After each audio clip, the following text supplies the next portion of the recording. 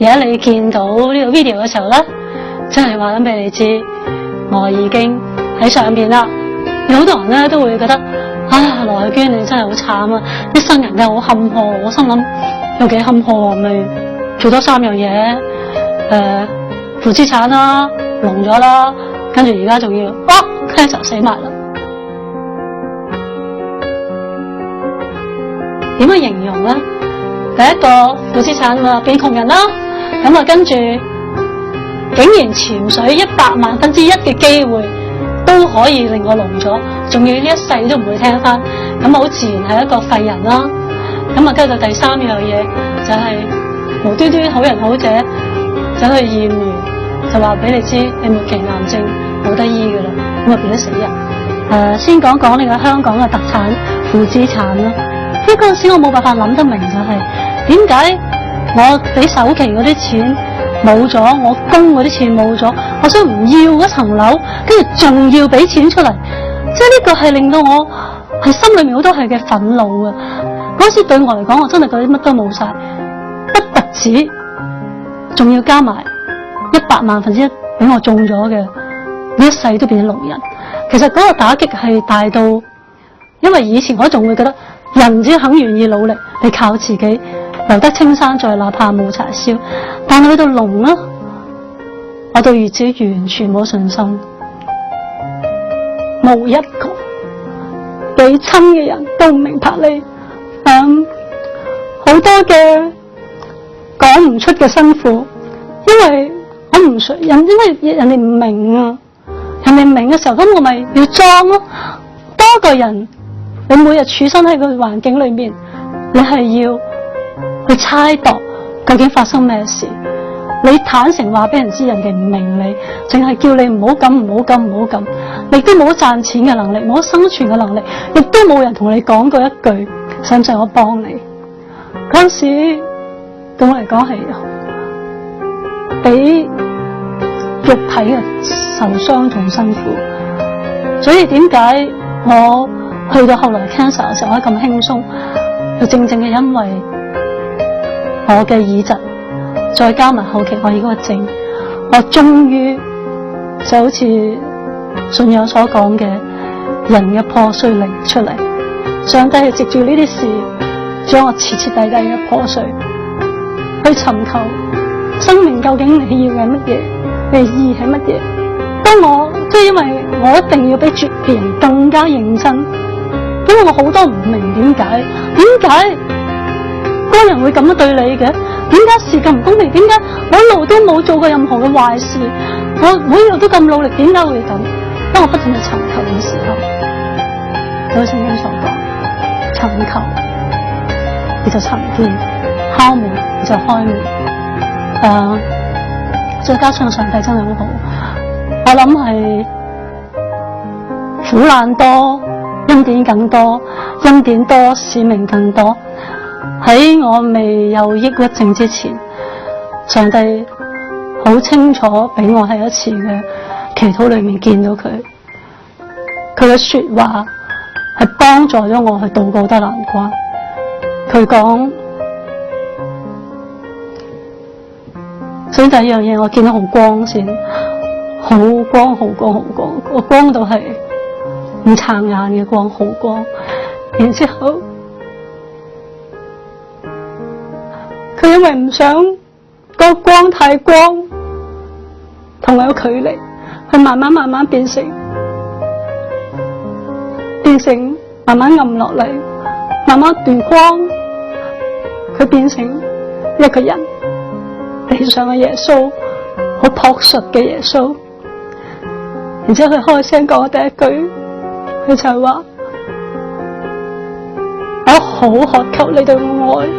其實我對耶穌愛已經好多，但係佢講嘅時候，我就諗，點解一個萬主之主、萬王之王、神嘅獨生兒子，竟然話我好渴求你愛我？喺嗰刻，我真係完全被佢融化咗。然之後佢抱住我，好耐，佢同我講：你記住呢種感覺，將來無論任何嘅事發生，你要記住。我同你一齊，一切臨在你身上嘅事，係先刺痛我，先去到呢一度。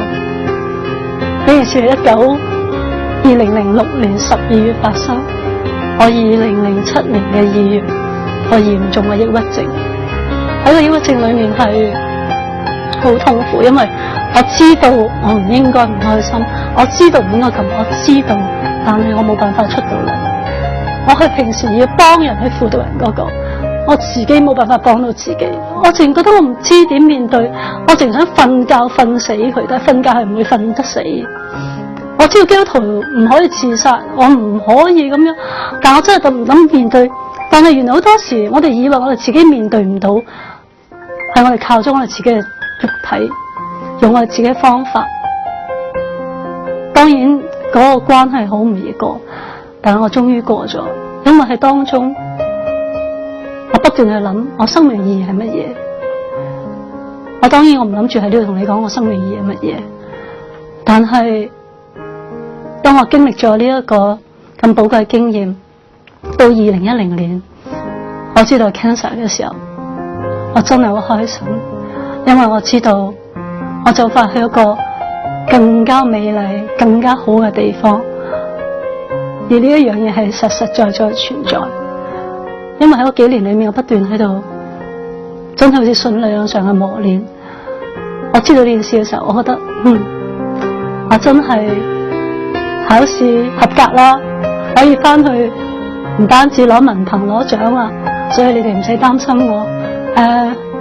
我真係覺得死唔可怕嘅，最慘死咗你都唔知生命嘅意義係乜嘢，有所遺憾先係最可怕。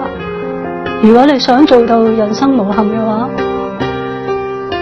好好去生活啦，好好去愛啊，唔好俾自己後悔嘅機會。我知道你哋會唔捨得我嘅，難免嘅。你會諗起，但係我想你哋係諗起我嘅笑聲啊，諗起我啲黐線白痴嘢啊。但係我想你更加知道嘅係，我係一個好好嘅地方。如果你想見到我嘅，好簡單，信耶穌，得永生。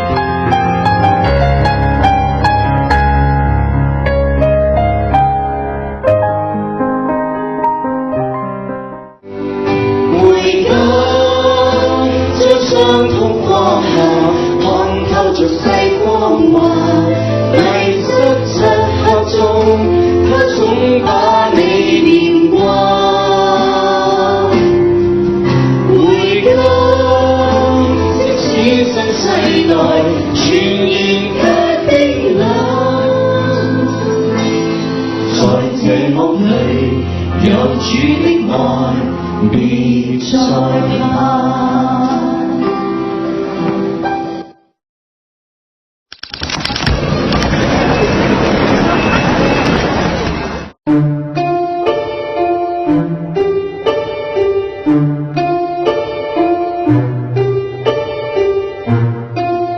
1月4號星期三下晝4點半，我同老友 Joe 嚟到醫院門口，我會第一次見到佢。嗰陣心裏邊只係諗住病到 cancer 末期嘅人會係點樣噶啦，不似人影，抑或得翻半條命。Joe 仲講笑咁話，我哋會唔會喺醫院門口遇到啲救濟隊呢？其實2星期前，老友 Joe 突然 call 我，當佢一個好朋友拍佢嘅死後留言講再見嘅 video， 真係從冇諗過，亦未做過呢一類工作，我拒絕咗。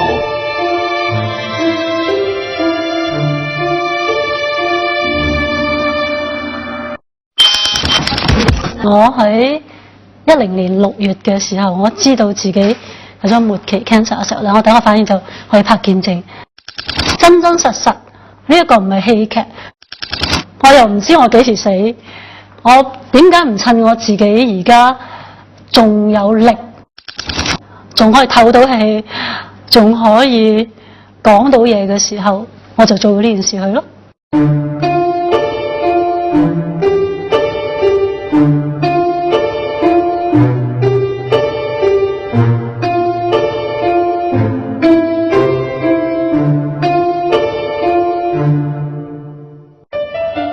我覺得唔在乎生命嘅長短啊，而係生命嘅質素。即係而家我覺得俾你好多年命咁啊點咧？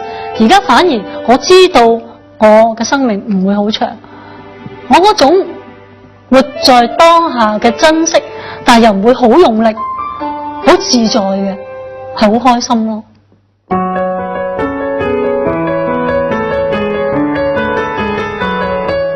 我係第一個知道 Jacqueline 有 cancer， 咁你話我可以有咩反應啊？嚇一跳！cancer 係咪啊？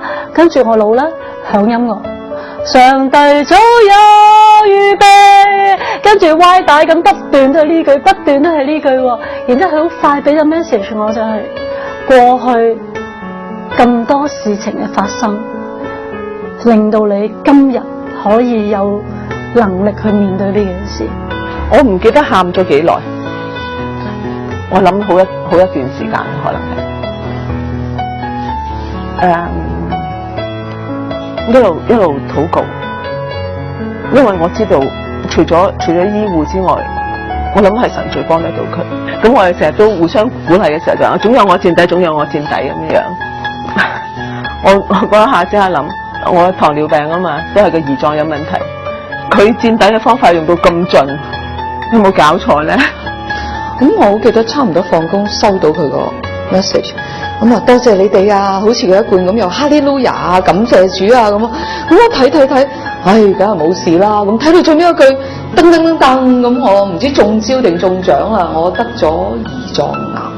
我等我即係由開心，突然之間嘣一聲跌咗落谷底。我好忍唔住，因為我好辛苦。其實我翻嚟直頭同我媽講，我話媽咪唔好啦，幾唔舒服，有好大嘅問題啦。咁我同我媽咪一齊祈禱，我諗一齊祈禱有力一啲。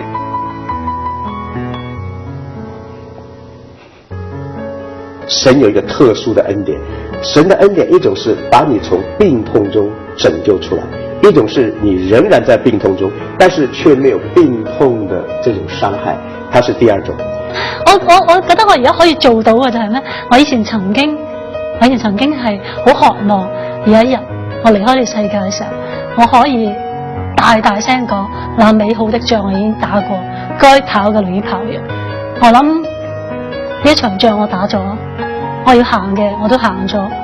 我唔知道世人嘅眼光唔重要，但我覺得我要落場好好去打仗，好好去跑，所以咪覺得好開心咯。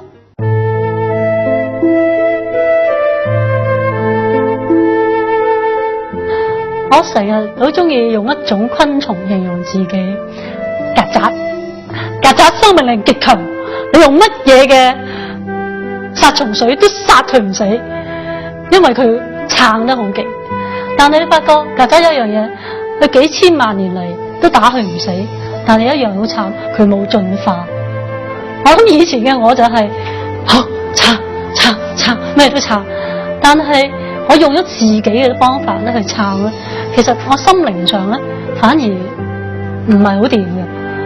但係到我而家生命真係嚟到人所講嘅盡頭絕處，但係反而我發覺我心靈嘅一個賬戶咧，原來都幾滿㗎，原來我冇心靈負資產㗎。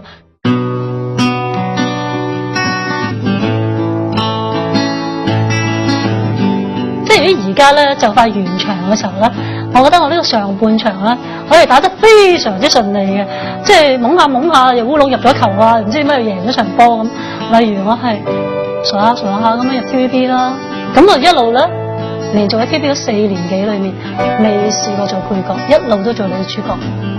咁真係糊裡糊塗入咗好多球。TVB 之後咧揾得第一桶金喺台灣拍電視劇啦，咁啊跟住翻到嚟香港咧，亦都乘住當時嘅好多去馬來西亞拍劇啦，新加坡嘅第一個電視電影啦，因為第一個啊嘛，於是個酬勞金又好好啦，咁啊然之後咧喺電視電影嘅全盛時期，我可以一個月拍4部電視電影，我每個月基本收入已經係超過已經係6位數字，所以我點會諗到之後下半場要補波鐘，要加時踢得咁辛苦咯。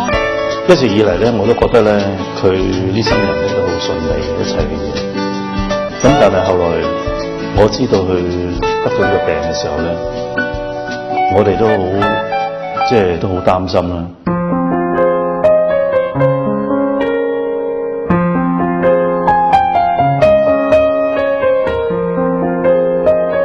97年負資產好明顯成為一個窮人啦，跟住99年嘅潛水令到我失聰啦，終身殘廢人啦，咁去到10年被診斷末期癌症嘅時候，即係就快死嘅死人啦。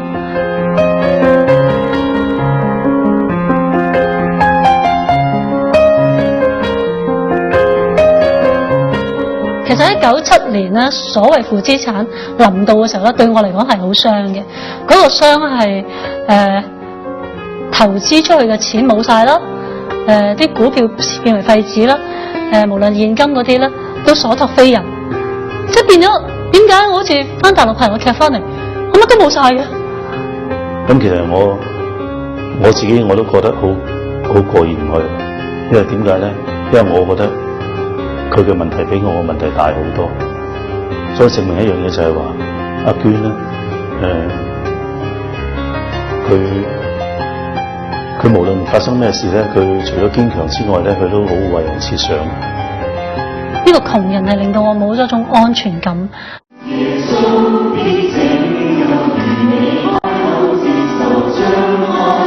喺我仲係嗰啲，我仲未信耶穌嘅時候，呢個人咧就捉住我唔放啦。我嗰陣時覺得咩人嚟㗎？我信唔信耶穌關你咩事？你係咁成日捉住我。唔係，你有冇諗過生命嘅意義啊？因為嗰時我有幾層負資產啊。我得閒死唔得閒病，生命嘅意義。其實我識阿 Jacqueline 咧，我哋就喺藝人之家認識嘅。咁嗰陣時候我自己都係初信，咁佢亦都係初信。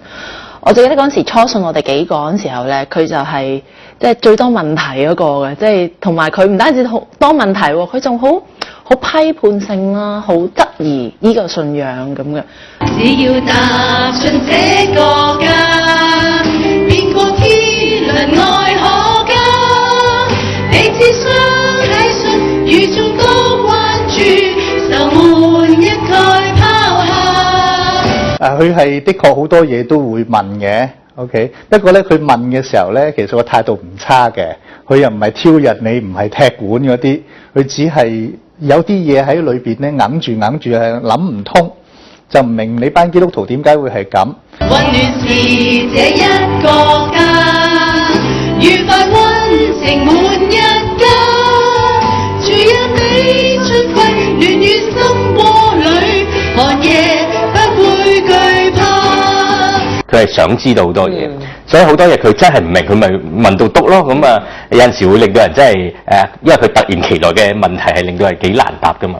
咁所以都會係開頭都幾大挑戰。但係我覺得幾好嘅有時。好。有時咧，佢哋問啲問題咧，我都諗啊，咦，我都係喎，未問過嘅喎，即係佢幾大膽嘅。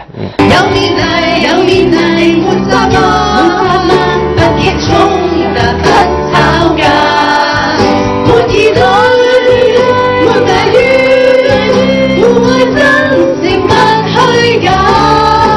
或者咁講咧，佢信咧，其實真係唔係佢理性解通咗㗎。其實你真係生命裏邊咧感受到上帝，覺得上帝有愛，跟住喺喬宏先生嗰個嘅追思禮拜嗰度信主，一個嘅即係阿爸，我哋叫阿喬宏做阿爸啦，喺佢喪禮裏邊生命感動佢啊！明天、今天有你紀念在前面，縱是萬個挑戰。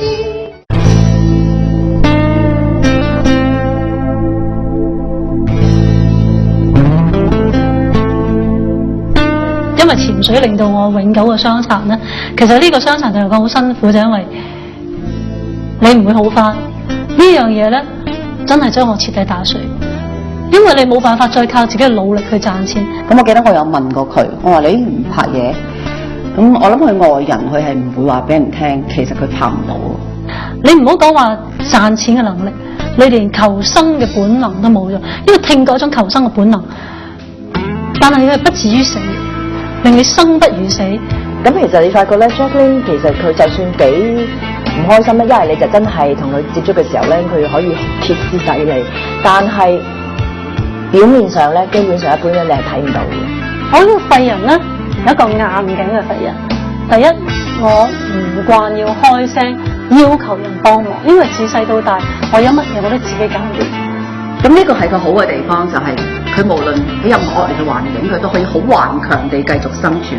咁當時我亦都未結婚啦，我亦都唔會同任何人講，我唔會同任何人講，我唔掂，你幫我，你冇可能一個人生活，你要同外界接觸，好想見人，亦都好唔想見人，即係嗰個矛盾咧，去到好辛苦，拉扯到我，個辛苦係我最 close 嘅人。身邊好 close 都唔了解到。我哋記得佢形容俾我聽，就好似即係自己喺一個好黑暗嘅地方裏邊咁樣。其實基督徒都係有咯，我哋基督徒都會經歷一啲好驚嘅時候。Of course 佢都係好經歷過，但係即係之後佢點樣去搲翻住神，就係呢個嘅經歷。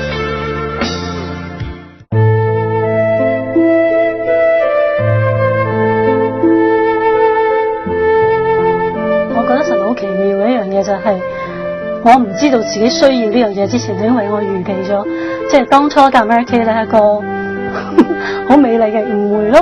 點解咁講咧？我以為自己做代言人。我99年嘅5月加入，我10月30號而且出事。而我點解仲會唔放棄嘅原因，就係我記得我出事嘅時候咧，我啲女仔想辦法揾到我嘅時候，喺電話度不斷咁喊，嗰陣時我聽唔到。因為佢心裏邊嗰種愛啊，對人嗰種愛啦，影響咗我係睇到阿娟咧嗰個喺生命裏邊，佢信咗主，佢有改變。牧師有一次就同我講：你要做 Mary Kay， 係神要你做。我心諗吓，神要我做，點解要我做 Mary Kay 啊？我完全諗唔到，但係我話 OK， 好，我信服，因為我經過被牧養之後咧，其實好多真理我知嘅。佢有句金句叫做咧，行過走過唔好放過，總之要把握機會咧，同一啲未信嘅人咧，去將個福音去講俾佢聽。因此咧，我亦都因為咁樣咧而變乖咗啦。如果想到他的話，我都覺得我們的問題不算是什麼問題。咁其實喺我生命裏邊，佢都係幾重要嘅人嚇，即係幾重要就係上帝佢將佢等喺我。咦，我係行緊音樂㗎嘛，不嬲都即係，但係咦，點解羅慧娟會出現喺我生命嘅咧？咁大家就成為咗好好嘅同工，一齊去侍奉。那這個時候呢，我就覺得我有一個責任告訴他，原來 Mary Kay 是可以幫助女性更好的、更美的，不只是外面的美，更要緊的內在的充實。那我就鼓勵他。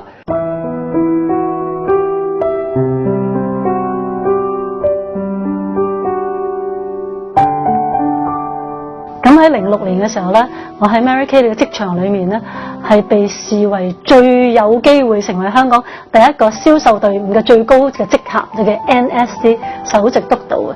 原來唔係考我，係考我下面嗰啲。而其中一位咧，咁佢嘅業績因為唔係好穩定，咁我就話：不如咧，我同佢一齊再由開始打好個基礎去做啦。佢唔明啊，因為對佢嚟講，你要升職同我咩關係咧？嗰陣時我心裏面，點解你唔肯努力㗎？咁而家你咁樣算係咩？咁啊好嬲啊！咁我同神講：神啊，乜咁㗎？因為心裏面仲喺度，點解咁㗎？點解咁㗎？唔係你要我做，點解咁㗎？好清楚嘅聲音，你愛我嗎？我愛你，你知㗎。我愛你，我先至會做 Mary Kay 㗎嘛。如果唔係，我冇可能咁樣咁全心全意咁樣落去做㗎嘛。跟住第二次上嚟，你愛我嗎？我當然係愛你，你知㗎。咁我都要搵食㗎，我都要生活㗎，好正常啫。跟住佢再問第3次，你愛我嗎？我就係咁係唔行，因為我知道我唔係唔愛神，但係我都會好向往呢份工作。能夠如果去到某個位嘅時候，係俾我非常豐盛嘅收入。喺嗰刻，我即刻喊得好緊要，流淚到趴咗喺地度。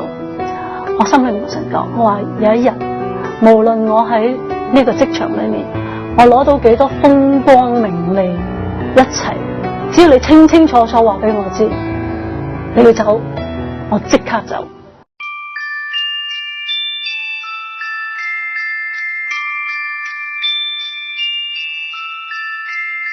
末期癌症，我諗呢4個字就係原來死咁近喺你面前。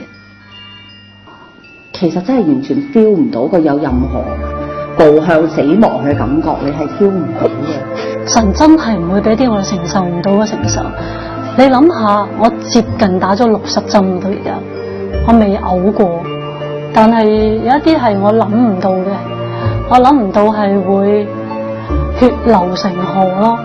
我一朝早刷牙嘅時候，我成日喺度刷，我由得佢流，我由得佢啲鼻血係咁流，由得佢流，呢啲咁流，我只望住塊鏡，我望住個面乳管，使唔使咁多血啊？咁樣流血會唔會流死嘅？但我知道係唔會死嘅。仲有就係有一啲好痛苦嘅，係冇乜人知嘅，就係生痱滋。成口啊、脷啊、側邊不特止，我從來冇諗過私處會生痱滋。咁然之後咧，甩頭髮，我甩頭髮呢個反而對我嚟講咧，我可以接受到。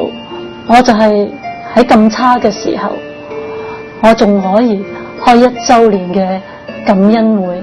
我唔知我有冇機會可以做一個告別會。今日唔係告別會，但係今日我覺得我有好大嘅感恩，就係我仲可以企喺呢度同你講，我就希望我生命可以影響更多嘅生命。除咗過去呢1年，我可以講我咁多年上嘅恩典一路好夠用。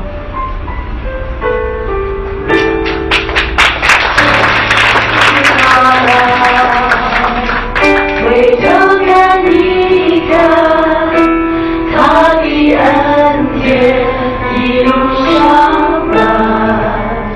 嗱，我從來冇喺佢面前講過啊，因為我哋都支持佢嘅信仰，但係我哋背後咧，我哋一定會，既然你咁信奉主，點解主要俾你咁多磨難咧？我係覺得對佢非常之不公平嘅。我諗我今次能夠咁安然面對，我好感謝牧師嘅教導，佢真係教導而家係一個挑戰緊你嘅信仰係咪扎根嘅信仰。其實好多人信耶穌㗎，我唔係話我自己叻，但我好感謝主係我有機會到個好嘅導師，佢俾我好嘅教導。我覺得正正喺我呢一年幾嘅日子裏面，我就係原來我學到嘅嘢，當你信而且去行，你就發覺全部係真嘅。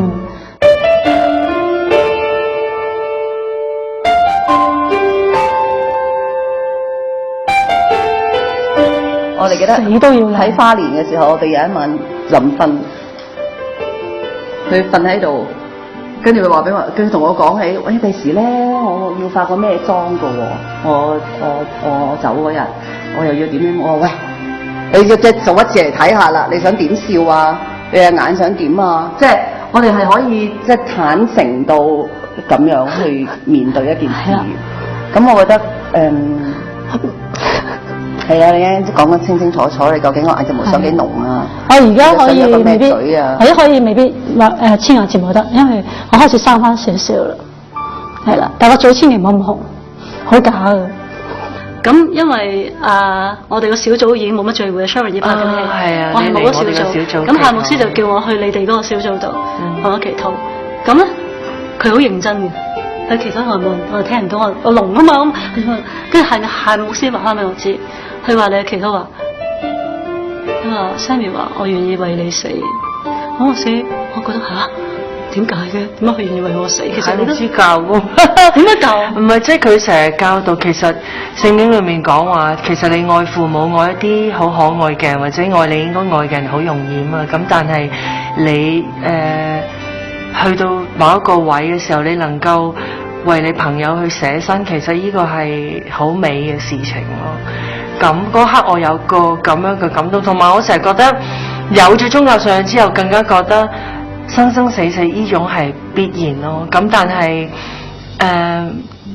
即係最終點樣走，為咩走？咁喺臨走之前，你可以為世界或者為你身邊嘅人做啲乜嘢？呢個反而係重要咯。咁有陣時我哋做姊妹，我哋做主內姊妹嘅，都未必可以做到啲咩幫佢。我覺得好多時大家一齊同喜同悲同哭完之後，你會更加錫佢，或者你會可以俾到嘅俾啲佢啦，但係未必俾到嘅嗰啲嘢。其實唔需要多言嘅，因為係啦，知嘅啦已經。但係其實我已經喺呢一個好似好有限嘅生活裏面，我享受咗好多內在嘅講唔出嘅快樂咯。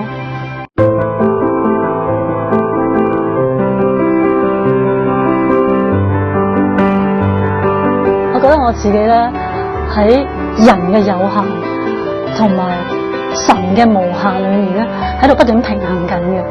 即係人有限係人都知㗎啦，加上而家咁嘅狀況，我係一個病人，更加好多嘢有限。我好想去做，我做唔到，有心無力。但係咧，人嘅潛能又無限㗎。究竟你呢個無限嘅潛能，你係用意志啊，用肉體啊，用血氣啊，定係靠上邊咧？嗱，呢句說話我自己講咗好多年，但係我覺得我而家好自在嘅感覺，就係我越嚟唔用自己嘅血氣，唔用自己嘅方法去撐，所以我好舒服。即係我冇諗過一個患咁重病嘅人都可以咁有力同人傳福音啦。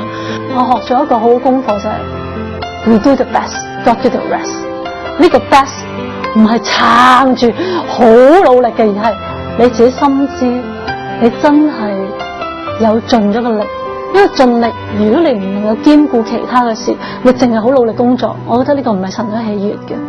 因為神希望係我哋有一個圓滿嘅人生，係人際關係啦、家庭啦、健康啦、事業啦，同佢嘅關係樣樣都有。我諗我做啱嘅就係喺呢年幾裏面，我真係將神擺得個重要好緊要。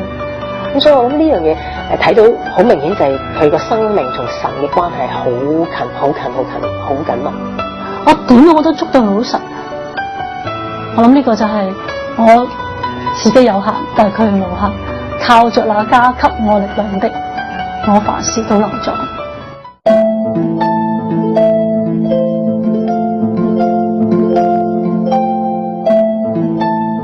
神未曾應許天上立，但係神應許常與我哋同在。我根本唔係睇人生咁短，我覺得我係睇永生。我唔會咁近視去睇咁少嘅嘢，我反而覺得每一件事究竟佢喺生命上，喺永恆嘅角度上，佢意義係乜嘢？他對於死之後的真理非常清楚，知道那反而是一個進入到永恆裏，是一個人生最終的更美的境界。喺祈禱嘅時候咧，佢就問我：咁你相唔相信耶穌？想，好想。跟住好快啦，我就喊咗好耐。你見到耶穌嗎？我見到。咁你話喊得好犀利，因為喺我嘅腦袋裏面嘅耶穌係點？整個好光好光嘅教會，好光，慢慢變成一團，由一個整個地方好光，佢變成一團光。而呢團光，佢慢慢個光慢慢淡落嚟。嘅原因係佢唔想嚇親我，佢唔想覺得佢係高高在上。而呢團光慢慢，好似一個人嘅形，慢慢越清楚，變成地上穿得非常樸素嘅拿撒勒人耶穌。我唔知我自己喊咗有幾耐，跟住係牧師問我：你相信耶穌同你講嘢？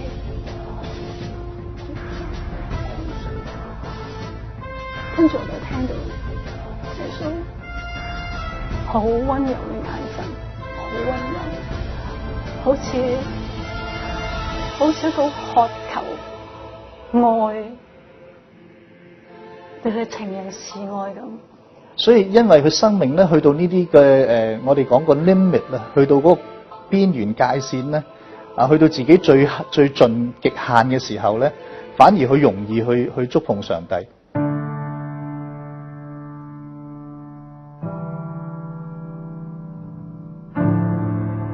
我自己每次同你傾偈或者見面，就算見面唔多，但係成日通 SMS 啦，咁但係都好俾你可以牽動到我咯，即係你係啊，即係值得啲，係好值得，所以千祈唔好將所有嘅聖徒將佢係當咗 superhero。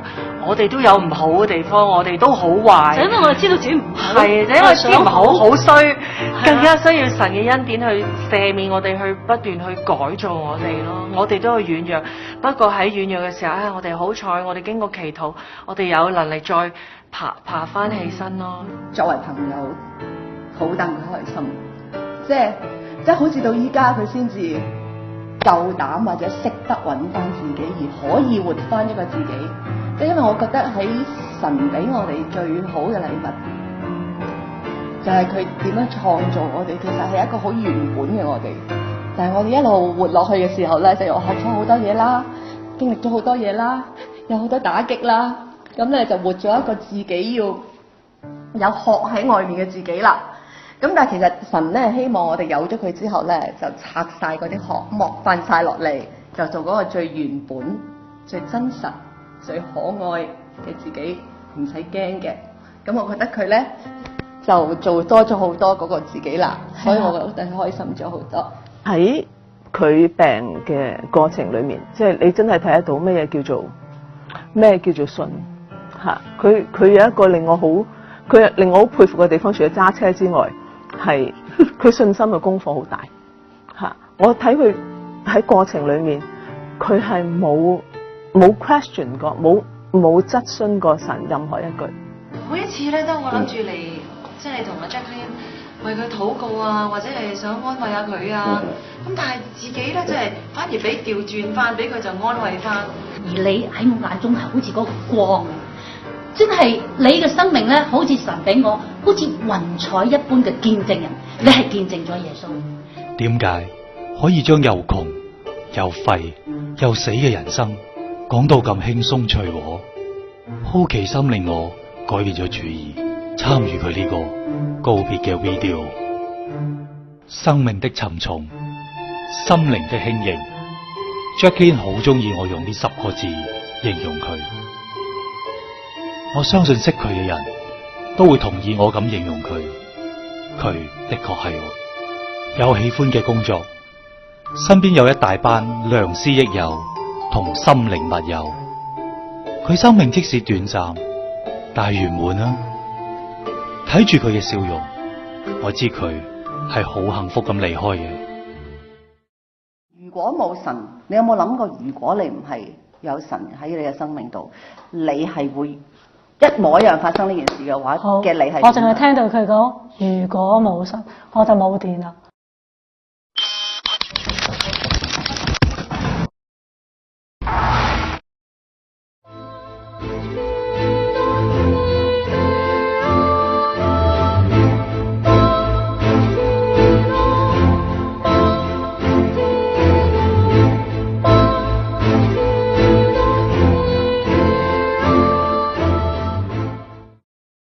童年時話過，一生到盡頭，也願意拖着你的手。